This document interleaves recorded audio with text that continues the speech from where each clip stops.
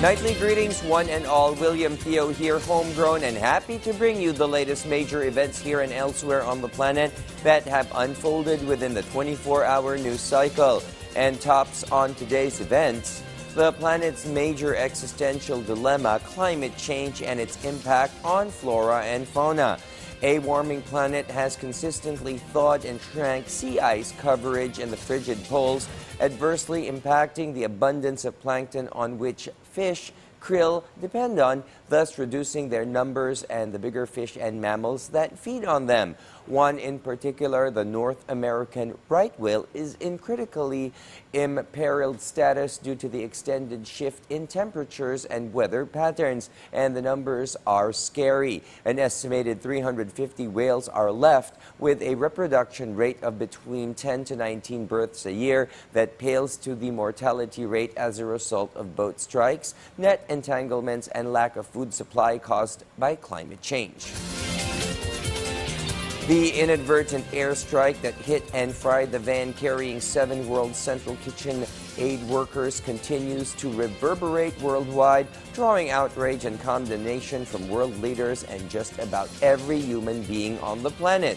Among them, Pope Francis, who is in his weekly audience in the Vatican, expressed grief and sorrow over the latest war crime perpetrated by the Israel Defense Forces in Gaza. The 87-year-old head of state and leader of the Catholic faith renewed his appeal to Israel's iron-handed policy of starving and denying more than 1.5 million of exhausted and suffering Palestinians of food and humanitarian aid. Likewise, he pleaded for the release of all hostages still in captivity. An estimated 196 aid workers from various international relief and humanitarian groups have perished since the war began in October last year, mostly perpetrated by the Israel Defense Forces. Meanwhile, no diplomatic engagement is more impactful to humankind than U.S.-China foreign relations. Fragile as it may be, given their status as economic and military superpowers, maintaining a healthy tension and power balance is key to getting along and ensuring man's survival. Hence, the latest phone call initiated by U.S. President Joe Biden to Chinese President Xi Jinping yesterday dwelled on critical issues such as Taiwan and Chinese interference in November's elections. VOA's Anita Powell reports from Washington, D.C. The White House described Tuesday's phone call between President Joe Biden and Chinese leader Xi Jinping, which follows their in-person meeting last year, as candid and constructive. This time, the two covered a range of issues they had previously discussed in November, including joint counter-narcotics efforts, military communication, and the risks of artificial intelligence. We believe that there is no substitute for regular communication at the leader level to effectively manage this complex and often tense bilateral relationship. And both presidents agreed to pick up the phone and speak when needed. Xi, in a statement, said both leaders found the phone call to be candid and constructive. But he stressed that disagreements remain, notably about the status of Taiwan, which China claims. In his statement, Xi said the China-U.S. relationship is beginning to stabilize, and this is welcomed by both societies and the international community. On the other hand, the negative factors of the relationship have also been growing, and this requires attention from both sides. The White House said Biden reiterated, but did not advance, previous concerns about Chinese interference in the upcoming U.S. election. Xi did not mention the topic in his account of the call. I would just say that we've been clear consistently, even going back to the November meeting in California, about our concerns over our own election security and efforts by certain actors, including some from the PRC, to affect that. Just last month, the British Parliament voted to impose sanctions over Beijing-linked hacks of its Electoral Commission and Parliament. U.S. intelligence officials have also warned lawmakers that Chinese hackers are preparing to wreak havoc and cause real-world harm to the U.S. China's government last month showcased how it uses digital tools to bolster, not hamper, democracy.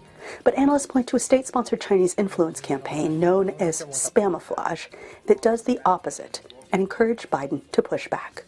There needs to be a very clear and consistent communication about election interference. And I don't just mean hacking into voting systems, which in itself is obviously one of the most heavy-handed forms of election interference, but even the ones that involve manipulating public opinion in deceptive ways, or even just trying to discourage people from voting, which we have seen from operations that have been linked to China in the past. The White House did not say when the two leaders would next speak, but Xi, in his statement, said he welcomed this week's visit to China by U.S. Treasury Secretary Janet Yellen. Anita Powell, VOA News, Washington.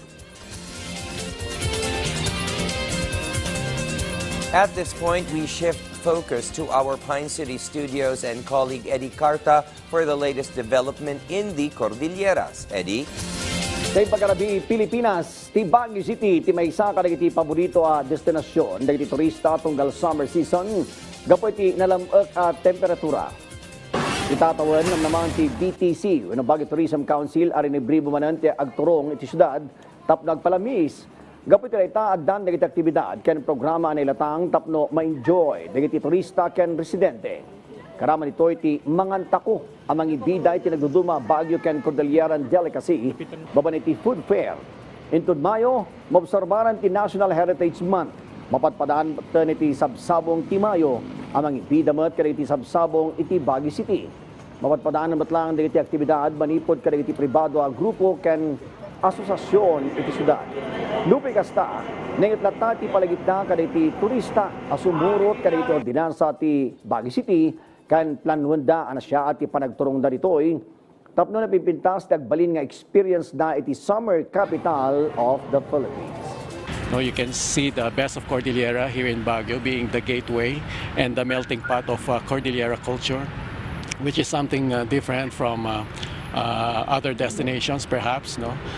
Especially common na rin sa ating mga Pilipino, no, ang mag-beach pag summer. So this is a different getaway pag nasa Baguio ka. Isabali pa damag ag serbi manan kas host ti Baguio City ti 3-day second Cordillera Golfers Foundation Inc. the tournament nga grugi inton bigat. 86 team sa winagarupa 400 players ti agbabalubal para ti second Cordillera Golfers Foundation Incorporated tournament. Iti talo ang major courses iti Baguio City inton bigat agingga April 6. Talo a team abuklan ti top ranking amateur golfers sa Manipod Cordillera. Ti makibalubal kada iti padada top ranking amateur golfers iti entero pagilyan. Iti depar na ti Camjan Hay Golf Club, Pinewoods Golf and Country Club, ken Baguio Country Club. Agarop pa 53 teams mat para iti regular division iti tournament for a cause.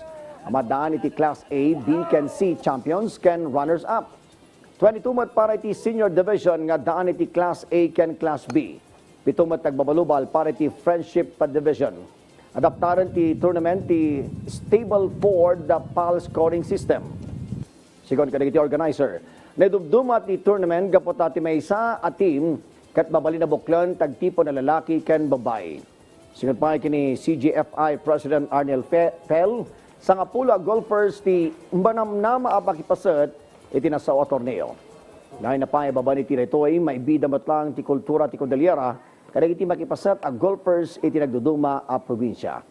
May palagip, adumanon iti 2.4 million pesos ti impaay ti CGFI iti muna a torneo iti May 2023 nagugudwaan iti walay schools, division offices, dito'y resyon.